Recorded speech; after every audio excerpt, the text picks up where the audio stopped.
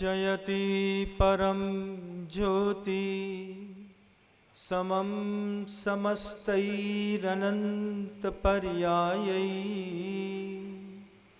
दर्पण तल्लिव सकला प्रतिफलति पदार्थ मालिका यत्र गुरुवः पान्तनो नित्यं ज्ञान दर्शन नायका चारित्रार्णव गंभीरा मोक्ष मार्गोपदेश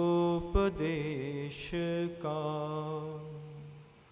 अहिंसा परमो धर्म की परम पूज्य आचार्य भगवंत गुरुदेव श्री विद्यासागर जी मुनिराज की, वर्तमान आचार्य परमेष्ठी मुनिराज श्री समय सागर जी महाराज की, समस्त मुनि संघ की, परम पूज्य मुनिवर्षी विनम्र सागर जी महाराज की। जब हम लोगों की दीक्षा हुई थी सन 2004 में तिलवारा घाट में, दीक्षा होने के बाद कमरे पर पहुंचे दूसरे दिन सुबह 25 के 25 नौजवान मुनि महाराज, सबकी हाथों में मेहंदी लगी, पैरों में मेहंदी लगी, और जैसे नववधू का उपटन लगाने के बाद सौंदर्य खिल जाता है, ऐसे ही पिछी कमंडलू, पूरी खुली हुई देह, बिल्कुल दुबला पतला सिंगल फेम का शरीर, हाथों में मेहंदी, पैर में मेहंदी, लुंचित मुंड, उस पर स्वास्तिक लिखा हुआ, हम लोग अबोध शिशु के जैसे, याद है मुझे तिलवारा घाट में गुरुवर के कमरों में 25 के 25 सुबह जाकर के बैठ गए। स्मृतियां बहुत सुख देती है। सब के सब बैठ गए, कोई इतना हट्टा खट्टा नहीं था जितने हट्टे खट्टे आज दिखाई देते हैं। सब सिंगल फेम के थे हम लोग। सिर्फ मुनि श्री महासागर जी महाराज श्री, चूंकि उनके नाम कर्म का ऐसा पवित्रतम उदय है कि वो शुरू से ही अच्छे सौष्ठवान थे, बाकी सब सिंगल फेम पे गुरुवर के सामने बैठ गए। तो जैसे कोई कबूतर, जैसे कोई पंछियों में मादा पंछी अपने सद्यह जात शिशु को देख करके, जैसे वो चोंच उठा करके अपनी माँ की तरफ देखता है, और वो कबूतर या कबूतरी या कोई मादा पंछी बार बार अपने शिशु को लाड़ करती है, ऐसी स्थितियां थी। हम सब हाथ जोड़ करके बैठे थे और गुरुदेव हम सबको देख करके मुस्कुरा रहे थे।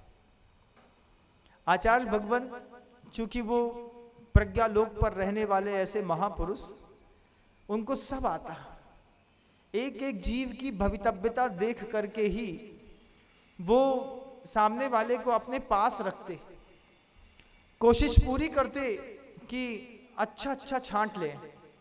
कभी कभार कोई टर्रा मूंग छट करके अगर दांत में फंस भी गया तो गुरुदेव ने कभी किसी टर्रे मूंग को थूका नहीं, उस टर्रे मूंग को भी चबा करके पचा करके आत्मसात कर लिया। गुरुदेव की खासियत रही। हम सब जाकर के बैठे, सुबह सुबह का समय था, और गुरुदेव हम सबको देख करके मुस्कुराते हुए धीरे से हंसते हंसते वो बात कहते हैं कि देखो, एक अच्छा सौष्ठव वाला हाथी बनने के लिए कुछ करना नहीं पड़ता, एक घोड़ा बनने के लिए कोई मेहनत नहीं करनी पड़ती, कुत्ता बिल्ली बनने के लिए कोई पुरुषार्थ नहीं करना पड़ता, सिर्फ उस योनि में जन्म लेना पड़ता है। जन्म लेते साथ ही आप हाथी कहलाने लगते हैं, आप घोड़े कहलाने लगते हैं, आप जन्म लेते के साथ ही कुत्ता या बिल्ली कहलाने लगते हैं। लेकिन मनुष्य कहलाने के लिए बहुत कुछ करना पड़ता है। गुरुदेव पहले उदाहरण देते सहजता में, बिल्कुल बिल्कुल सहज उदाहरण। हाथी बनने के लिए कुछ नहीं करना पड़ता। हाथी की योनि में जन्म ले लो, हम हाथी हो गए। कुत्ते की योनि में जन्म ले लिया तो कुत्ते हो गए। घोड़े गाय बैल की योनि में जन्म ले लो, घोड़ा गाय बैल हो गए। 600-600 किलो के, 5-5 टन के हो गए। सरल है। लेकिन मनुष्य बनने के लिए सिर्फ मनुष्य योनि में जन्म लेकर के हम मनुष्य बन जाएंगे, इससे मनुष्य नहीं बनते।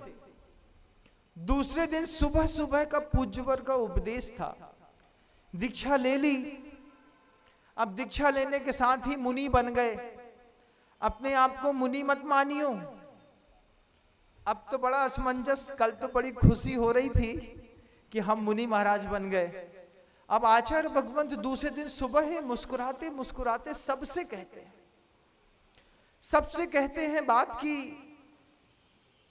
दीक्षित होने के साथ ही ये जो बाहरी आवरण छोड़ दिया है और ये एक आध दो उपकरण पकड़ लिए हैं, इसका मतलब साधु नहीं होता। किसका मतलब होता है?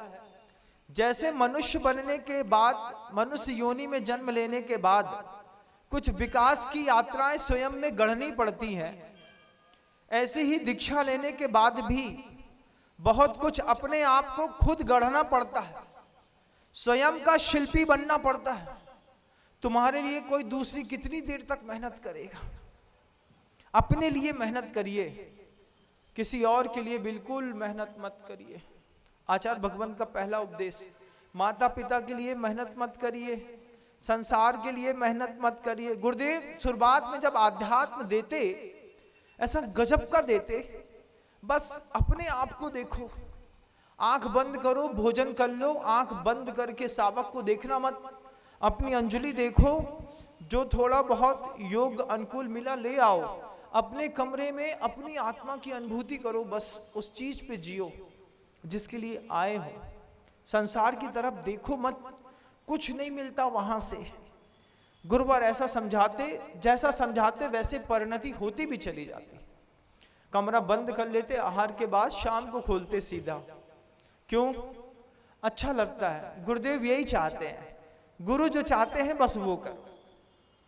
गुरुदेव ने सिखाया वो चीज, वो कला में सीखने लगे कि 6-6, 8-8, 10-10 घंटे दिन के उजाले में अकेले रहने की कला गुरुवर ने सिखा दी। कोई फर्क नहीं पड़ा, संसार समृद्ध होता चला गया। गुरुदेव फिर वो बात कहते, दीक्षा लेने के बाद सिर्फ मूलाचार का पालन करने मात्र से आप साधु नहीं हो जाएंगे। तो साधु बनने के लिए क्या करना पड़ेगा? मनुष्य बनने के लिए क्या करना पड़ेगा?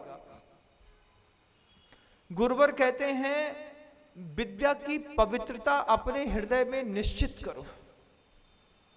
विद्यासागर जी के पास आना अलग बात है और अंदर विद्या का सागर पैदा करना अलग बात है। एक अच्छा मनुष्य बनने के लिए अंदर भी एक विद्या का सागर पैदा करना पड़ेगा। बाहर का गुरु अलग है, ये बाहर का गुरु तुम्हें बाहरी व्यवस्थाएं दे सकता है। अंदर भी एक आचार्य महाराज आपको अपने हृदय में बनाने पड़ेंगे स्वयं के लिए, उन्हीं की सेवा करनी पड़ेगी। विकसित होने के लिए मनुष्य को सर्वप्रथम विद्या की आवश्यकता पड़ती है। जब कभी भी कोई स्वाध्याय कराए, उपयोग के साथ पढ़ो, आज नहीं तो कल समझ में आएगा विद्या। फिर उसके बाद गुरुवर ने दूसरा शब्द कहा तप का। तप को जीवन का सौंदर्य समझो। अब वो समझ भी नहीं आता। आचार्य भगवंत कहते हैं तप करो, और यहां तप के प्रति इच्छा ही नहीं होती। उपवास करो तो उपवास में दिन भर रोटी दिखाई देती थी। एक दिन उपवास ले लिया, अब सुबह सब आहारचर्या में चले गए, अब अंदर आकुलता हो रही। सब तो रोटी खा रहे होंगे, दूध पी रहे होंगे, चावल खा रहे होंगे, हम ही क्यों भूखे मर रहे हैं? अब ऐसा जो अंतर विकल्प आया कि उपवास लेने के साथ तपस्या जरूरी है, अनशन की, अवमौदर्य की, वृत्ति पर संख्यान, रस परित्याग, विविक्त संयासन, शब्द आचार्यों ने लिखे हैं। लेकिन जब अनुभव करते, प्रैक्टिकल करते, तो प्रैक्टिकल में अवसाद के अलावा कुछ हाथ नहीं आता। आचार्य जी ने कहा तब करो, तो करने लगे। लेकिन एक दिन जाकर के गुरुदेव से कह दिया, आचार्य महाराज जी उपवास तो करते हैं लेकिन दिन भर दिमाग घूमता है। क्या घूमता है? क्या घूमता है? आचार्य जी मुस्कुरा के पूछते हैं क्या घूमता है। वो समझते हैं प्राथमिक अवस्था में सबके साथ ऐसा ही होता है। आचार्य भगवंत ने तो मूक माटी में इतनी सुंदर पंक्तियां लिखी हैं, स्वस्थ प्रौढ़ पुरुष भी क्यों ना हो, काई लगी पत्थर पर पद फिसलता ही है। जब स्वस्थ प्रौढ़ पुरुष का भी काई लगे पत्थर पर पद फिसल जाता है, फिर गुरुवर तो जानते थे कि आप लोग तो नए नए हैं, तपस्या में उपवास कर लिया, आचार्य दे तो देते थे।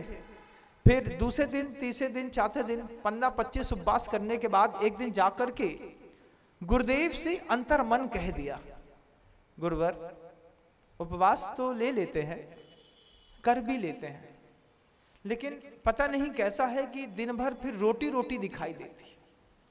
दिन भर जो है शाम होते होते वक्त सुबह की पारना दिखाई देती है। सुबह ये दिखाई देता है इसके यहाँ जाएंगे, पहले हलवा खाएंगे, पहले बादाम खा लेंगे, पहले दूध पी लेंगे। इस भ्रांति से हृदय को मुक्त करो ना। ये शब्द कहा मैंने खुद कि ये जो उपवास ग्रहण करने के बाद दिन भर रोटी दाल सब्जी चावल घूमता है, पानी घूमता है, जूस फ्रूट सब्जियां सब चीज घूमती हैं, इस विकल्प से मुक्त करिए, तब जाकर के मैं उपवास का आनंद ले पाऊं। अभी उसका आनंद तो कम, आकुलता बहुत होती है उपवास के दिन। जिस दिन आपने कहा कि गुरुवर ने एक दिन कह दिया पूरे चातुर्मास रस परित्याग के साथ चलेगा, जिस दिन जिस चीज की रसी है उस दिन आप लोगों को भी रसी करनी है, कर लेते थे। गुरुदेव के कहने पर तपस्या करना अलग वस्तु है, आपने कहा है तो कर लेंगे, आप पे श्रद्धा है। लेकिन अंतर्मन बोलता था 25, 30, 40 उपवास करने के बाद भी दिन भर उपवास के दिन वही चीजें दिखाई देती हैं। फिर किसी साधु के पास जाकर के पूछते आहार अच्छे हुए, किसके यहाँ गए थे, क्या किया, क्या लिया, बोले आज तो दाल बाफले। अब वो दाल बाफला उपवास आदमी को बता दिया तो दिमाग में दाल बाफला घूमने लगा, फिर परिस्थिति खराब।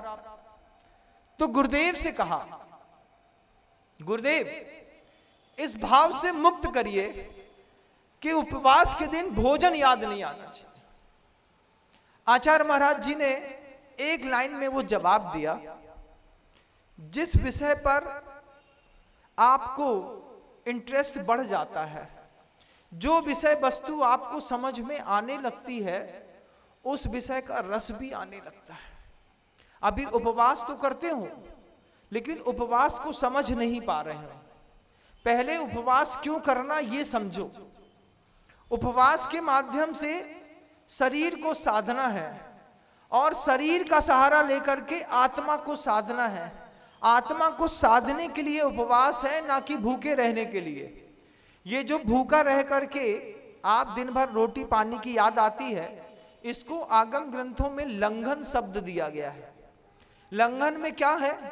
लंघन में हम भोजन तो नहीं करेंगे, दुनिया भर के संकल्प विकल्प और कामों में लगे रहेंगे। तो वो जो आप करते हैं, लेते हैं उपवास और करते हैं लंघन। आप उपवास पे आइए, पहले उस विषय वस्तु को समझो कि उपवास से पहले शरीर को साधना है, पांचों इंद्रियां साधनी है, कषाय भाव को साधना है, अपने परिणामों को देखना है और फिर धीरे धीरे शरीर के माध्यम से आत्मा को साधना है। अपने उस ज्ञान गुण को भी देखना है, अपने उस चैतन्य को भी देखना है जो उपवास में बियाबान जंगल में बैठ करके आनंद आता था उन लोगों को। वे महान गुरु जो 4-4 महीने का उपवास करते थे, ऐसे चुपचाप बैठ जाते थे और आत्म ध्यान में लीन। वो क्या कर रहे हैं? जिनको भोजन में रस नहीं है उनको आत्मा में रस आता है। उस रस तक पहले दृष्टिपात करो। आचार्य जी ने समझा दिया, लेकिन उसके बाद भी हकीकत बताते हैं, समझ में कुछ नहीं आया, क्योंकि समझ में तो उनको आ चुका था। अपन तो जवान और नए साधु थे उस वक्त, 2004 की बात कर रहा हूं। गुरुदेव ने बोल दिया, हाव हाव कर लिया। अब बाहर गए तो फिर वैसे ही स्थिति, उपवास किया तो फिर रोटी, फिर दिमाग खराब। फिर धीरे धीरे धीरे धीरे करके जब परिशः एक एक करके स्वयं मेहमान बन के जीवन में आने लगे, और आगे आते आते आते जैसे लोहार की भट्टी के सामने खड़े हुए लोहारिये को आग नहीं सताती, ऐसे दीर्घ काल निकलने के बाद ये उपवास, प्यास, भूख, खाना पीना, इन सब से मन उचट गया। फिर दूसरी जगह रस आने लगा। उपवास कर लो, और ठीक है, कछु दिक्कत हो रही, कोई दिक्कत नहीं हो रही, सब नॉर्मल है। आहार मिला तो ठीक, नहीं मिला तो ठीक, चलता है। सामने वाले को लग रहा, अरे महाराज जी की पालना है, महाराज जी को लग रहा है हम तुम्हारी पहले पालना तो करा दें अच्छे से, फिर हम अपनी तो कर ही लेंगे। अब क्या है, उपवास का जैसे ही किसी वस्तु का विज्ञान समझ में आपको आता है, फिर आपको उसमें रस आने लगता है। जीवन में 3 अलग अलग शिक्षकों ने फिजिक्स समझाई, लेकिन अपनी बुद्धि में कभी नहीं आई, उसका कभी रस ही नहीं आया। जिस चीज में रस आया उसमें उपयोग पूरा लगा रहता है। बनिए के बच्चे से पूछो काय में रस आता है, तुरंत बताता है महाराज हमा मोड़ा इतनी स्पीड में गड्डी गिनत है, कुछ ना पूछो, हमें तो समझ में नहीं आया कि कब इन्हें घिस करके साफ कर दी। और कम ज्यादा में हमारे लड़का की खासियत है, कभी दोबारा गड्डी नहीं गिननी पड़ती। यह भी एक अनुभव है अपना। जिसमें रस आता है आप वो हर काम करते हैं, लेकिन जिसमें रस नहीं आता, जिसमें आपका उपयोग नहीं गया है, वो आगमिक होने के बावजूद आपको आज तक वजनदार लगता रहा। आचार्य भगवंत ने कहा कि विद्या, तप, दान, इसमें भी रस आना चाहिए। आपको दान में रस नहीं है, इसलिए अभी आपको प्रेरणा देनी पड़ती है। जिस दिन आपको दान की कीमत, दान का रहस्य, दान में रस आने लगा, उस दिन आप देने में उतारू हो जाओगे। बहुत सारे लोग हैं दुनिया में, थोड़ा भी पैसा बढ़ता है उठा करके दे आते हैं, थोड़ा भी ज्ञान रहता है तो ज्ञान, सिर्फ पैसे का दान दान नहीं है, दान धन का भी है, दान आपके ज्ञान का भी है, दान आपके समय का भी है, दान आपके पुरुषार्थ का भी है, आपकी उपस्थिति भी एक बहुत बड़ा, आपका समर्थन भी एक बहुत बड़ा दान है। लेकिन हमको जब दान की बात आती है तो लगता है बस पैसे मांग रहे होंगे। आप उपस्थित हो गए, आपकी उपस्थिति भी बहुत बड़ा दान है, समर्थन भी बहुत बड़ी चीज होती है बंधु, उस पर भी रस आना चाहिए, लेकिन रस नहीं आया। आचार्य भगवंत एक एक शब्द की व्याख्या करते, विद्या, तप, दान, गुण, शील, दया, क्षमा, इन शब्दों को गुरुदेव ने हजारों बार समझाया। गुण विकसित करो, दया विकसित करो, क्षमा विकसित करो, लेकिन परिस्थितियों में बस वही चीज रही कि शब्द गुरुदेव ने कुछ भी कहे हो, लेकिन जब प्रतिकूलताएं आती हैं तो जो अंदर भरा होता है मुंह से वही निकलता है। हम कितना भी क्षमा की परिभाषा सीख लें, लेकिन जब परिस्थितियां आती हैं तो क्रोध से जो इलाज निकलते हैं वो क्षमा से कभी नहीं निकले। आपने खुद अपने जीवन में अनुभव करके देखा होगा। एंड टाइम में क्या करते हो, बहुत देर तक पुचकारते रहे, नहीं माना तो दिया एक चाटा, फिर बच्चा तुरंत रोया और सो गया। आपको आस्था है उस क्रोध के ऊपर, आपको आस्था है उस प्रताड़ना के ऊपर कि ये प्यार से नहीं सुधरेगा, ये प्रताड़ना से सुधरेगा। तो कभी किसी को प्रेरणा देनी पड़ती है, किसी को प्रताड़ना। सुधरने के सबके अपने अपने व्यू है, लेकिन गुरुदेव बस वो एक शब्द कहते रहे कि इन सब चीजों को विकसित कर लिया।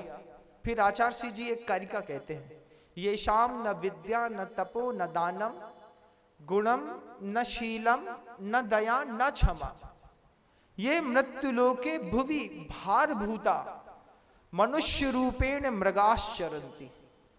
आदमी की शकल में जानवर चल रहा हो ऐसा मुझे पसंद नहीं है। आप लोगों को ये 8 गुण अपने जीवन में विकसित करने होंगे, विद्या विकसित करनी होगी।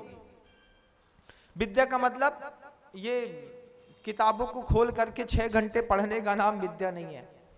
विद्या वो चीज है कि नानम पुर केर संभरणम। आचार्य भगवंत ने ज्ञान किसका नाम है, जिससे या विद्या सा विमुक्त शब्द आपने कभी स्कूलों में सुना होगा कि वो विद्या जो हमारी मुक्ति का कारण बनती हो, बस वो विद्या, उसके लिए गुरुदेव ने हम सब से कहा अंदर विकसित करो, तब विकसित करो, दान विकसित करो। साधु दान क्या देगा?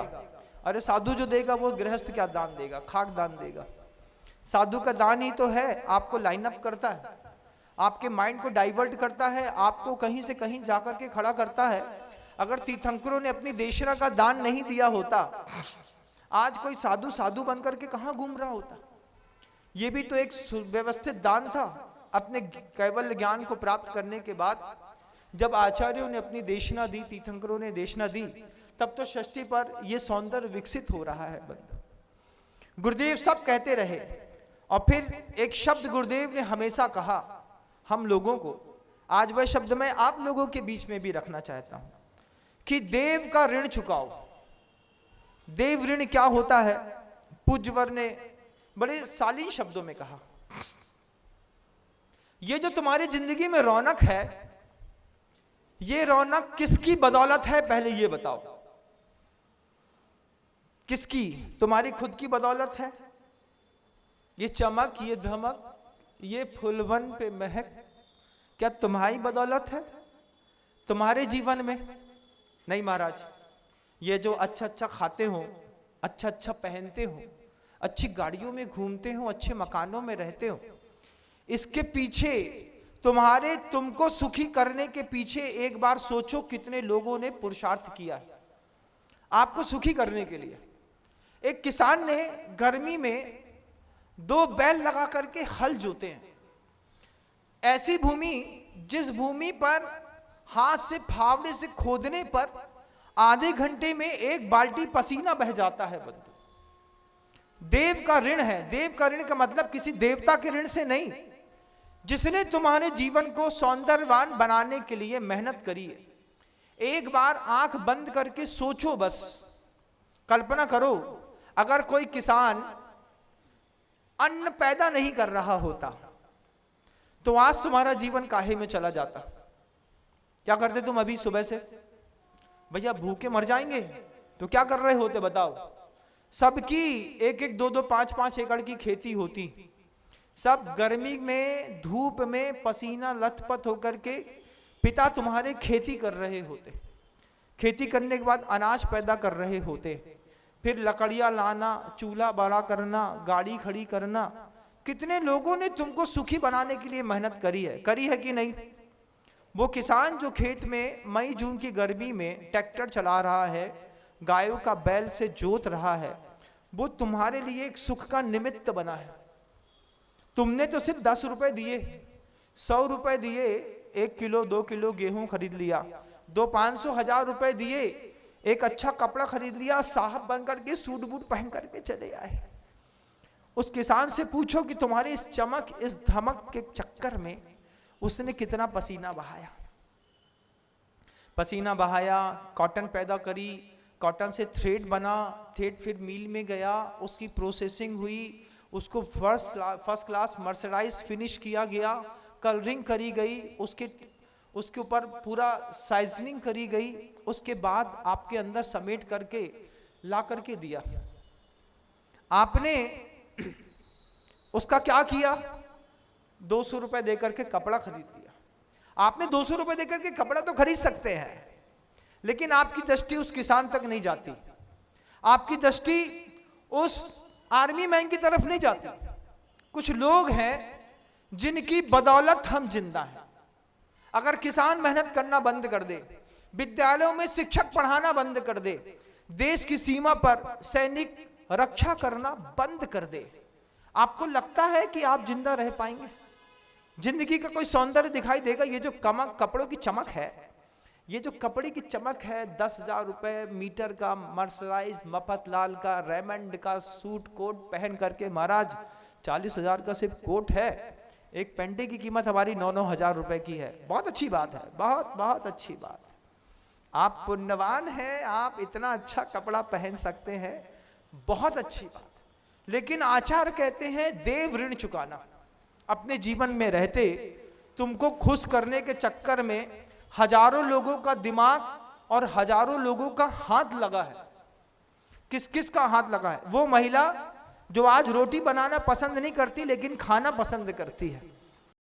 सैटरडे संडे को तो कोई बनाना पसंद नहीं करता महाराज, खानदानी घरों में बस बचा हुआ है, नहीं तो पहले से प्री डिसाइडेड प्रोग्राम रहता है, सैटरडे को निकल जाते हैं, सुबह शाम का रहता है, नहीं तो जोमेटो स्विगी रहता है। अगर किसान ने मेहनत नहीं करी होती तो महिला अभी क्या कर रही होती? वो नेल पॉलिश ऐसा कर रही होती, वो क्या कहते हैं उसको, वो एक कटर रहता है, उससे वो नाखून को बनाने का जो धंधा आधे एक घंटे का चलता है, ये कुछ नहीं चल रहा होता। क्या चल रहा होता? भैया गेहूं पैदा कर लो, आटा बना लो, पूरा दिन खाने में निकल जाता। लेकिन खाने बनाने वाली मेडी भी लगी हुई है घर के अंदर, वो मेडी आधा काम करके देती है, वो झाड़ू पोछा बर्तन करने वाले लोग काम करके देते हैं। ये सबके ऋणी हैं। आपका बच्चा, उससे पूछे, आपसे भी पूछे, बेटा बड़े होकर के क्या बनना चाहते हो? क्या बनना चाहते हैं महाराज? मतलब सीए करेंगे, सीएफए करेंगे, और क्या करोगे? इंजीनियर बनेंगे। बहुत अच्छे, गुड बॉय। सीए करेंगे, सीएफए करेंगे, एमबीए करेंगे, इंजीनियर बनेंगे। उससे पूछो शिक्षक बनना चाहते हो? नहीं बनना चाहते। Army man? नहीं बनना चाहते महाराज। किसान? नहीं बनना चाहते। क्यों? ये वो प्रोफेशन है जो दुनिया में दूसरों को देना जानते। शिक्षक, पैसा कमाने के लिए कभी कोई शिक्षक नहीं बनता। 15, 20, 25 हजार रुपए में कोई खाक अपना घर चला लेगा, लेकिन उस शिक्षक के दिमाग में ऐसा गजब का डेडिकेशन रहता है कि मुझको बहुत सारे दिमाग ने, बहुत सारे हाथों ने संवारा है, मुझको दुनिया को दे करके जाना है। आप जो व्यवसाय करते हैं उस व्यवसाय से आपका फायदा होता है कि किसी और का? एक बार अपने व्यवसाय के बारे में सोच करके देखिएगा। लेकिन कुछ लोग दुनिया में जब शिक्षक बन करके उतरते हैं, जब स्कूल में पढ़ाते हैं, उस वक्त उनकी पढ़ाई भले बजनी लगती हो, लेकिन बाद में उन्हीं के पढ़ाए लोग जब आईएएस ऑफिसर्स, कलेक्टर बनते हैं, पैर छूते हैं कि आपकी कृपा ना होती, आपने आ अनार का आ आम का नहीं सिखाया होता, आज हम उस पोजीशन पर नहीं होते। लेकिन आपके किसी भी प्रोफेशन में, आप जो भी व्यवसाय करते हैं, उसमें कभी भी किसी दूसरे को सुख नहीं मिलता, इस बात को ध्यान रखिएगा। आपको अपने व्यवसाय से स्वयं सुख मिलता है। ऐसी दुकान खोली है जिस दुकान से हमारा भला तो होता है, लेकिन संसार का कोई भला नहीं होता। आचार्य महाराज जी ने हम लोगों को हमेशा कहा वो बात कि जिस जिस लोगों के सहयोग से तुम बड़े बने हो, ये कसम खाओ कि उन लोगों का सहयोग करके धरती से बाहर जाएंगे। एक आर्मी मैन का सहयोग करेंगे, उसके बाद धरती छोड़ेंगे। ये आपके सहयोग के बिना बने थे मंदिर, जिन मंदिरों में अभी आप पूजा करते हैं। पूर्वजों की बहुत बड़ी सोच थी, वो मंदिर बना के गए, हम सिर्फ उसमें चूने की पुताई करते हैं, तो हम अध्यक्ष मंत्री का ठेका ले लिया, संरक्षक हम ही हैं। इतना पैसा लगाया जितना जरूरत पड़ती है महाराज। नींव खोदी? नहीं महाराज। किसने खोदी? पूर्वजों ने। हमारे लिए दे के गए गोमटेश्वर बाहुबली भगवान की प्रतिमा, हमारे लिए पूर्वज देकर गए नेमिनाथ भगवान के चरण चिन्ह, हमारे लिए ही तो पूर्वज देकर के गए कलिंग जिन आदिनाथ स्वामी, पार्श्वनाथ स्वामी, पूर्वज कितना दे करके गए। अब हमारी भी तो जवाबदारियां हैं कि दूसरे आने वाली जनरेशन को वो सब चीजें दे करके जाना है। आहार विज्ञान भी नेक्स्ट जनरेशन को शिफ्ट करना पड़ता है, नहीं तो टाइम टू टाइम उसमें भी आतंकवाद घुस करके भोजन को विकृत करके बदल देता है। हमारे घर में लचका, लपटा, लकड़िया, पपड़िया, खकड़िया, खुरमी, दुनिया भर की चीजें बनती हैं, अन्य मतों में नहीं बनती, इसको भी मान के चलिएगा। जैन थाली जो महिलाएं घर के अंदर बनाती हैं, पूरे विश्व के लोगों ने उसका स्वाद भी नहीं चखा आज तक। किसी अजैन व्यक्ति को अपने घर के अंदर बुला करके जैन ट्रेडिशनल फूड्स को अगर आपने खिला दिया तो वो उंगली चाटता रह जाएगा, वो बोलेगा हमने ऐसा स्वादिष्ट भोजन नहीं छपा। अरे दूसरों के घरों में तो मसालेदार नमक तक नहीं मिलता, वो साधा टाटा का नमक खोल करके उसी में डाल देते हैं और अमकरिया लगा करके चूस चूस करके जिंदा रहते हैं। हमारे यहाँ विज्ञान है हर चीज का, वो विज्ञान भी नेक्स्ट जनरेशन को दे के जाना है, इसका ध्यान रखिएगा। उस किसान कभी बनने की सोची, फार्मिंग करने की भी सोचिए, क्योंकि हम CA-CFE बनने की सोचते हैं, खेती करने की नहीं सोचते। जबकि नीतिकारों ने कहा है, उत्तम खेती मध्यम बान, अधम चाकरी दुख निदान। और एक शब्द तो लगता था कुकर निदान लगा देते थे। उत्तम खेती, 1 रुपए लगाओगे उसका निश्चित 100% मिलेगा। 1 रुपए का दाना, 1 रुपए का बीज खेत पे फेंक दो, उचित समय में थोड़ी सी खाद और पानी दे दो, 1 रुपए का 100 रुपए नियम से होता है। आधा किलो मूंग भी अगर आपने खेत में फेंक दी है तो आधा किलो मूंग 6 कुंटल मूंग पैदा करके निकलती है बंधु। बहुत बड़ी बात होती है, लेकिन उस तरफ ध्यान नहीं है। ध्यान तो CA-CFA बनने में है। सिर्फ सेल्फ सेंट्रलाइज लाइफ हो गई, मैं और मेरा। इसके पीछे जीवन जीते जीते जीवन के 50, 70, 80 साल निकाल दिए लोगों ने। आचार्य भगवंत ने हमेशा वो शिक्षा दी कि एक बार आत्मान्वेषण करो। तुम्हारे हाथ में अगर भोजन भी आया है, हम लोग से कहते थे, वो श्रावक जो हाथ में भोजन देता है उसको भी देना। अगर तुम्हारे रहते रहते उसकी जिंदगी बिगड़ गई तो उसके भोजन को लेने के बाद तुम उसके भोजन के ऋणी बन जाओगे। अगले जीवन में बैल बन करके उसके खेत की खेती करके उस भोजन का ऋण चुकाना पड़ेगा। महाराज कैसे चुकाना उनका ऋण? जितना भोजन खाया है उतने ही उपदेश दे करके उसके परिणाम को अगर शांत ना कर पाए तो तुम्हारा भोजन करना व्यर्थ है। गुरुदेव की वो जो दूरदर्शिता वाली सोच बंधुओं जन सामान्य के बीच में बहुत कम आई। गुरुदेव प्राय करके जितने भी पौष्टिक और मौलिक बातें थी वो हम लोगों को कमरे के अंदर देते रहे। बार बार कहते रहे मनुष्य बनने का मतलब सिर्फ मनुष्य योनि नहीं है, विद्या है, तप है, दान है, गुण है, शील है, दया है, क्षमा है। ये गुण विकसित करने पड़ेंगे जीवन में, हमको भी और आपको भी।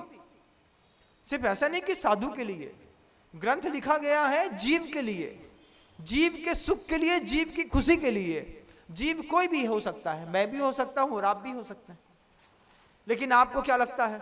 ये सब चीजें महाराज जी का काम है। आपके सुख के लिए भी ये सब विकसित करना पड़ेगा। एक संदेश है पूरी दुनिया का कि आप अपने व्यवसाय से ये निश्चित करिए कि दूसरों को भी सुख मिले। जैसे दूसरे धन देकर के आज हमारे सुख में निमित्त बन गए पूर्वज। उन पूर्वजों ने कुंडलों सोना नहीं दिया होता प्रतिमा बनाने के एवज में, तो क्या गोमटेश्वर बाहुबली भगवान आज आपको दिख रहे होते? किसका हाथ लगा है इस सृष्टि पर जो आज दिख रहा हो और ये कह दे कि बाहुबली भगवान हमने बनाए? और बनाने वाले व्यक्ति को भी ये भरोसा नहीं था कि हमारे हाथ की बनाई प्रतिमाएं आगे चलकर के इतनी बड़ी आस्था का विषय बन जाएंगी। आज कितनी बड़ी आस्था का विषय है गोमटेश्वर बाहुबली स्वामी। नेमिनाथ भगवान को कहां पता था कि हम जिस पर्वत से मोक्ष जाएंगे, हमको मानने वाले, अहिंसा की पूजा करने वाले यहां लगातार आते रहेंगे। कब पता था उन 24 तीर्थंकरों को कि जिस पर्वत से मैं मोक्ष जा रहा हूं ये सम्मेद शिखर जी शाश्वत तीर्थ क्षेत्र के रूप में घोषित हो जाएगा? कब पता था? बनाने वाले को कभी भी भविष्य का पता नहीं रहता। लेकिन जब भविष्य, हजारों हजारों लोग आज गिरनार चढ़ते हैं, हजारों हजारों लोग जब सम्मेद शिखर जी का पहाड़ चढ़ते हैं, हजारों लोग जब गोमटेश्वर बाहुबली स्वामी का अभिषेक करने के लिए पहुंचते हैं, उस वक्त बनाने वाला अगर ऊपर से देखता होगा तो वो भी सोचता होगा इतना बड़ा वैभव, इतना बड़ा धर्म ध्यान का निमित्त मेरा पैसा बनेगा, हमने सोचा नहीं था। वो चामुंड राय ने भी नहीं सोचा था बंधु। उसने तो सिर्फ अपनी मां की इच्छा पूर्ति करने के लिए अपनी द्रव्य का सामर्थ्य लगा करके एक प्रतिमा बना करके चला गया। आज 1000 साल से जैन शासन की रीढ़ को थामे हुए हैं बाहुबली। वे दिगंबरत्व के ऐसे महानतम पोषक हैं कि जिनकी प्रतिमा के सामने बैठ करके नमोस्तु करने का मन नहीं करता, सीधी इच्छा होती है लेट जाओ गोमटेश्वर स्वामी के सामने, हे भगवान जय तम गोमटेश्वरम परमामि नित्यम, ये पढ़ते रहते हैं। ये सुख, ये वैभव, ये चमक, ये धमक उन दान दाताओं से है बंधुओं जो कभी अतीत में इस सृष्टि पर हुए थे और अपने शक्ति का प्रयोग करके और हमारे लिए इतना कुछ दे गए। आज आप सब ने मिलकर के, पूरे विश्व की जैन समाज ने मिलकर के कुंडलपुर के बड़े बाबा का मंदिर खड़ा कर लिया। आज आप सब ने मिलकर के ही, आज आपने कुंडलपुर के बड़े बाबा में कभी दान दिया होगा, कभी अमरकंटक के मंदिर में दान दिया होगा, कभी बीना बारा के मंदिर में जीर्णोद्धार किया होगा, उस मंदिर का नवीनीकरण करके उसको तैयार किया। आज हमारा पैसा खराब नहीं हुआ, ये सार्थकता सिद्ध हो गई। देखो ना, संपत्ति घर में कब किसके काम आई, जरा से झटका लगता है और पर्याय बदल जाती है बंधुओं। काल धर्म होते देर नहीं लगती, आप लोग प्रत्यक्षदर्शी हैं इस बात के। लेकिन आपका 1 रुपए भी अगर मंदिर की गुल्लक में छूटता है, किसी तीर्थ क्षेत्र की गुल्लक में छूटता है, उस 1 रुपए का जीवन अगले 1800 साल तक होता है। लेकिन वही 1 रुपए जब आप किसी दुकान में, किसी मकान में लगाते हैं, इतना बड़ा मकान बनाया है कि हमको पता ही नहीं कि घर में कितने कमरे हैं। कई कमरे तो ऐसे हैं कि जीवन में कभी उस कमरे में पैर भी नहीं रखेंगे, इतना बड़ा मकान बनाया। काम किसके आएगा बताओ ना एक बार। ये जो हर महीने एक प्लाट नया खरीदते हैं आप, हर महीने एक नई एफडी जमा करते हैं, हर महीने प्रोविडेंट फंड का पैसा निकाल करके यूज करते हैं, किसके काम आएगा? थोड़ा सा सत्ता परिवर्तन होगा, थोड़ा समय परिवर्तन होगा, आपका, आपके हाथ का धन आपके जीवित रहते अगर मंदिरों तक नहीं पहुंचा तो निश्चित मानिए विधर्मियों के हाथ तक पहुंच जाएगा। कभी कोई आपके मकान में कब्जा कर लेगा, कभी कोई आपकी बेटी के ऊपर कब्जा कर लेगा। एक विधर्मी ने आपकी बेटी पे कब्जा कर लिया, फिर क्या हो गया? धारा बदल गई महाराज। कल तक जैन साहब का मसान था, दूसरे दिन वहां पे हरा रंग पोत दिया, पूरे के पूरे दुकान का, मकान का स्ट्रक्चर चेंज। क्यों? क्योंकि वक्त रहते हम अपने धन की संयोजना नहीं कर पाए। ये शाम न विद्या न तपो न दानम न गुणम न शीलम न दया न क्षमा। तुमको दया नहीं आई ऐसा देख करके कि ये आधे अधूरे मंदिर खड़े हैं, इसमें जब भी जितनी बार निकलो इस मंदिरों के सामने से, किसी भी अधूरे मंदिर के सामने से निकलो तो एक करुणा भाव भी रखो, एक दान का भाव भी रखो, एक तपस्या भी करो इस बात को लेकर के मेरे रहते मेरे 9 देवताओं में एक देवता अधूरा खड़ा है, मेरे रहते मेरा मंदिर नहीं बन पाया, हम मंदिर नहीं बना पाए, बच्चे के लिए संपत्ति छोड़ करके चले गए। बेटी के नाम पे 4 मकान है, 5 प्लाट हैं, 5 करोड़ रुपए की राशि है। उस बेटी की चिंता थी, बेटी के नाम पे छोड़ गए। उस बेटी ने किसी विधर्मी से विवाह कर लिया। अब उस पूरी की पूरी संपत्ति का मालिक कौन बन गया? सोचो ना एक बार अपने मन से, षष्ठी में रहना कितने दिन है? तुम्हारी जिंदगी की उम्र ही कितनी है? आज हो कल फोटो में टंग जाओ, कब खीर पूरी बट जाए, कोई भरोसा नहीं। उसके बाद भी एफडीओं पे एफडीआं, एफडीओं पे एफडीआं बैंक में रखी हैं। कौन सी एफडी में धोखे से दस्तखत करा करके हमारे साले ने, हमारे जीजा ने, हमारे फूफा ने रिलीज करा लिए, पता भी नहीं चलता बंधु। इनकम टैक्स की रेट पड़ जाएगी ये सोच करके घर का सोना अपने फूफा के घर में रख के आए, बाद में मांगवे गए तो बुआ बोला थे तुम कब रखवे आए थे हमारे घर में सोना। वही बुआ जिसके ऊपर विश्वास था, वही फूफा जिसको अपन रोज पैर पड़ते थे, तो वहां 50 तोला सोना मार गए। वहां तो चलेगा महाराज, क्या करें। उसके बाद भी आओ लाला जी, इससे अच्छा ये अंगूठी टूट गई है, अब मैं इसको जुड़वाऊंगी नहीं। इतना सा नियम ले लो, जो सोने चांदी के आभूषण टूट जाएंगे उसको ले जा करके सीधे मंदिर में दान दे देंगे और नया बनवा लेंगे। 2 सुख मिलेंगे एक साथ, दान का सुख भी मिलेगा और नए नए आभूषण पहनने का भी सुख मिलेगा।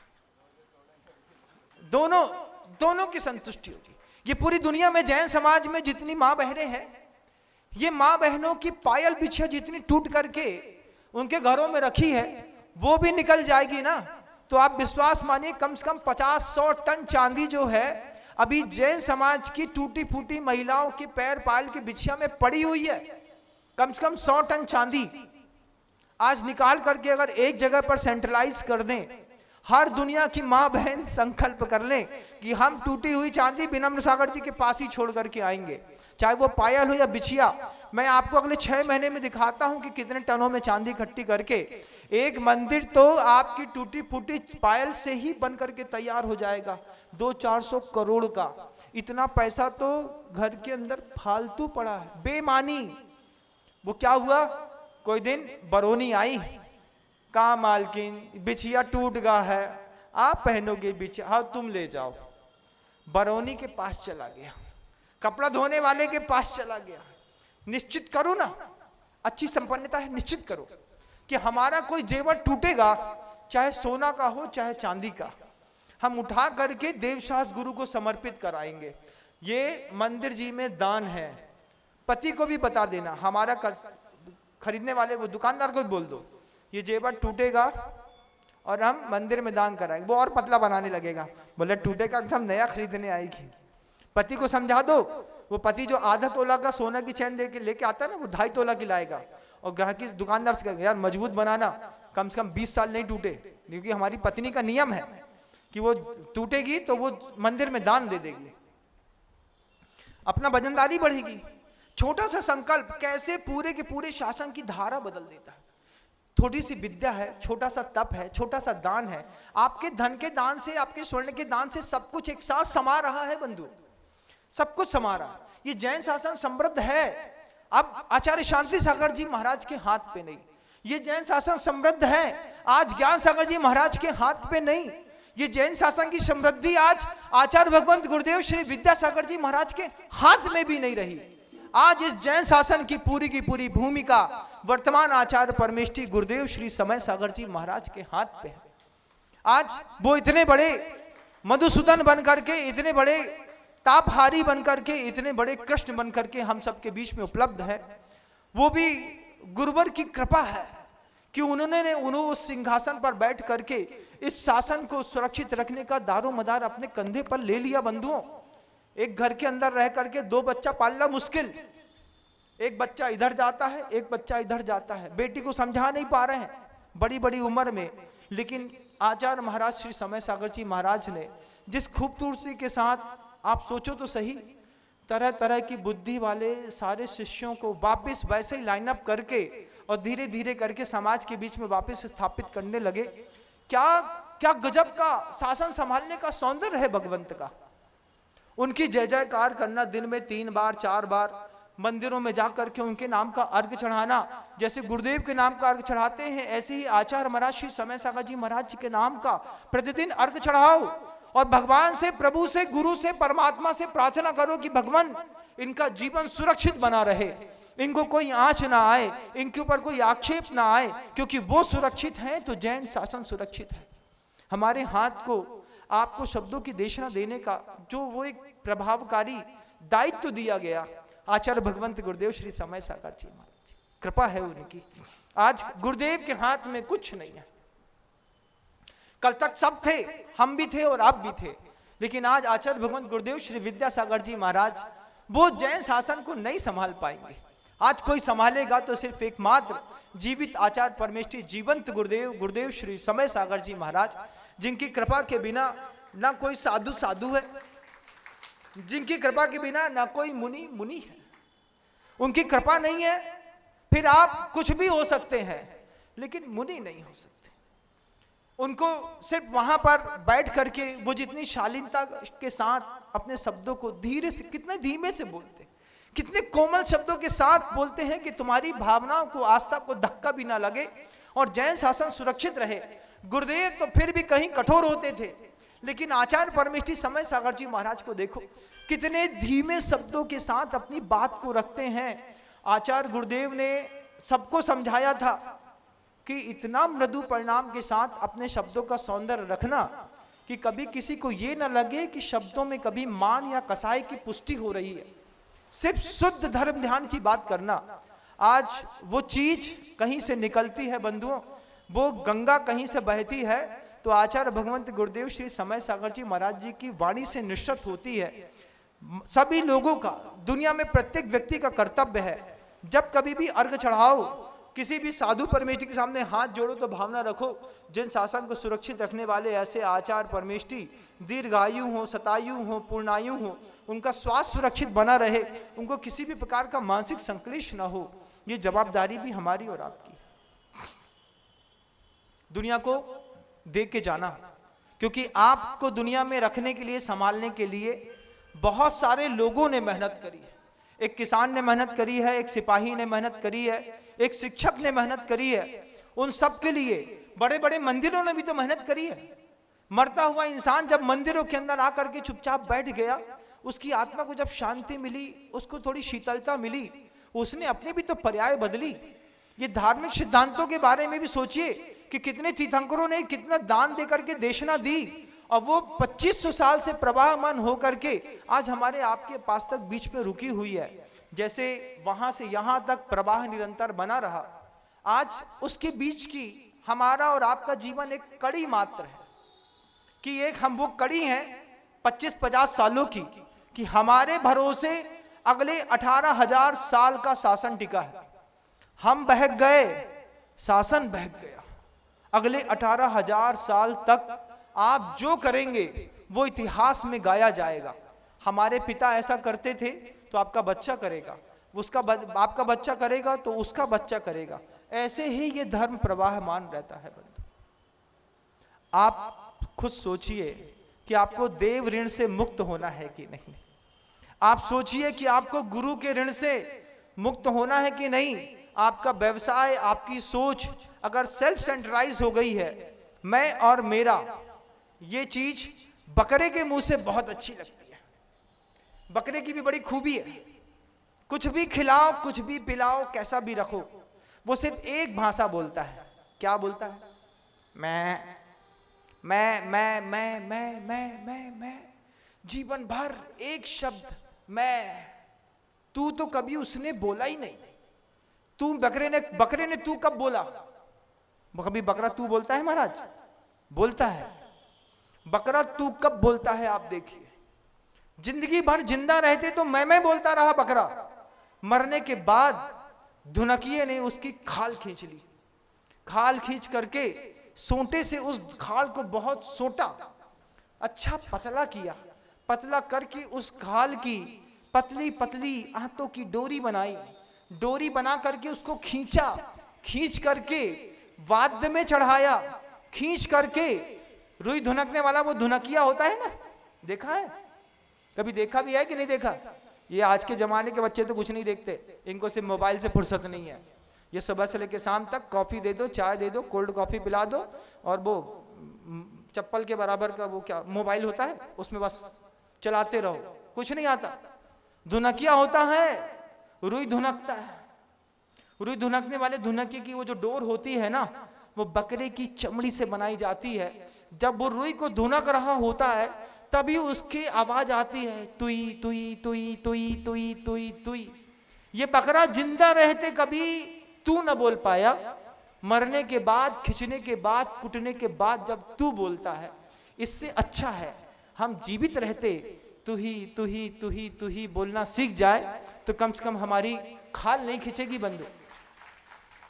ये जितने भी आर्थिक रूप से संपन्न लोग, ज्ञान से संपन्न लोग, घर के अंदर बैठ करके बस मैं मेरा, मैं मेरी, मैं मेरा, मेरा मकान, मेरी जगवार, मेरी पत्नी, मेरा बच्चा, मेरा नौकर, मेरा पैसा, मेरी गाड़ी, मेरा जूता, मेरे हीरे, मेरे मोती, मैं कितना मैं बोलते हो तुम?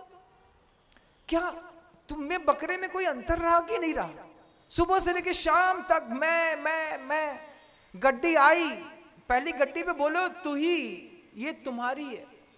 जिसकी है, किसकी है? जिसने हमारे जीवन में सुख देने के लिए खेत में मेहनत करी, उस किसान की चिंता करो। जिसने हमारे बच्चे को पालने के लिए दूध की चिंता करी, उस गाय की चिंता करो। जिसको हमको संभालने के लिए, संतुलित रखने के लिए साधु ने चिंता करी, उस साधु की चिंता के नाम पे भी तो कुछ निकाल लो। कि जिंदगी भर बकरों के जैसे मैं मेरी पत्नी, मेरा पैसा, हाय रे पैसा। मरने के बाद राम नाम सत्य है। फिर क्या तुमको लेकर के जाएंगे? ऐसे नहीं जाते, जैसा मैं बोलता हूं बिल्कुल वैसे ही जाते हैं। कहा यार हमने सुनी कल्लू मर गो, हाँ यार कल्लू मर गो, फिर क्या करें, चलने हैं, हाँ 8:30 पे चलें, अच्छा 9 पे चला थे। 9 पे चलने से पहले तुम्हारी मिट्टी में जैसे लोग जब तू ही कभी नहीं बोल पाते ना जिंदगी में, जो आदमी मैं कह के जिंदगी भर जीता रहा, उसके मरने से पहले भी लोग 2-5 गुटखा पैक करा लेते हैं। 4 राशि का पाउच दे दे यार, गुटखा दे दे। एक आदमी तो गड्डी रख लेता है, उतनी दूर जा रहे हैं, वहां लाश पड़ी है, उसके मरने का दर्द नहीं है, वहां पर बैठ करके गुटखा खा रहे हैं, लाश सामने पड़ी है। आप दृश्य देखिएगा, शमशान घाटों में अगर मेरे यथार्थ में एक मात्र भी शब्द मात्र की भी कमी हो, लोग बैठे रहते हैं, कुछ तो बोले भैया अबे फूफा नहीं आए, कितने लगे फूफा के, अबे फूफा इतने तक शमशान घाट तक ले आए, अर्थी सजा दी, फूफा नहीं आए, ट्रेन आएगी 12:30 बजे। अब वो धीरे से गड्डी निकाला था, अरे यार टाइम बर्बाद ना करो, फेंटी अंदर बाहर शुरू। कहां पर खेल रहे? शमशान घाट पे। गुटखा कहां पे खा रहे? शमशान घाट पे। क्यों? क्योंकि उस इंसान ने किसी के दिल में तू ही की इज्जत ही कमाई नहीं, जिंदगी भर बकरे के जैसा मैं बोलता रहा, मैं बोल के मरा। तुम्हारे मरने का किसी को दर्द ही नहीं है। अरे जाना है तो ऐसा बोल के, ऐसा कुछ करके सृष्टि पर जाना है कि कोई हमसे, किसी ने हमको देखा हो या ना देखा हो, लेकिन हमारे मरने का दर्द उसके दिल में भी पैदा हो कि आज कोई व्यक्ति चला गया। 24 घंटे सबके पास है, मोदी के पास भी 24 घंटा है, योगी के पास भी 24 घंटा है, मेरे पास भी 24 घंटे हैं, और वही 24 घंटे तुम्हारे पास भी तो है। क्या करते हो 24 घंटे में?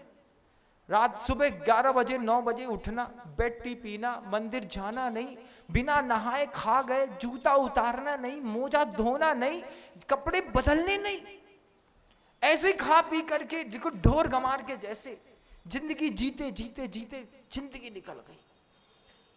चौके में जाकर के देखो, उस सड़े से कुकर के अंदर वही कल की आलू की सब्जी पड़ी होगी, उसी खराब पानी के ऊपर फिर आलू उबाल करके खिला दिया, पिला दिया। क्या निकृष्ट जीवन है। क्या करें महाराज? उठो थोड़ा, उत्तिष्ठ भारत, ऐसा उठो कि बोलो कि हमारे घर की एक आचार संहिता होगी।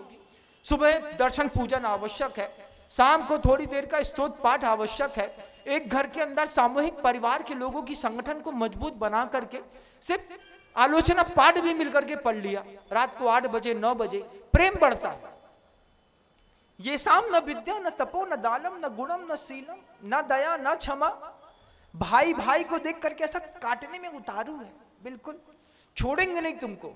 ये जैन समाज के लोग अपने भाई का कोर्ट में केस फाइल करते हैं। बताओ, अरे 5 फुट की जमीन के चक्कर में तुम वकालत तक पहुंच गए।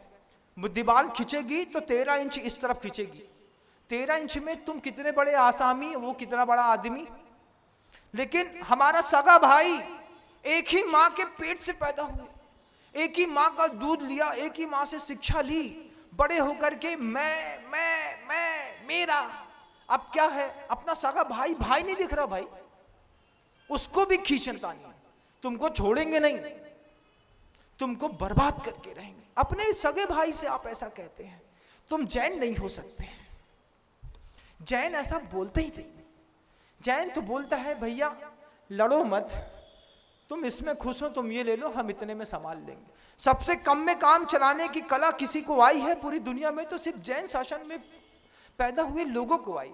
मेरा इसके बिना भी चला जाए। उन बाहुबली को देखो, सब छोड़ करके पर्वत पे जाकर के खड़े हो गए, तू रख ले भरत, नहीं चाहिए मुझे। सब जीतने के बाद भी अंतिम में सौभाग्य है जीवन का वैराग्य, वो तो पैदा ना हुआ।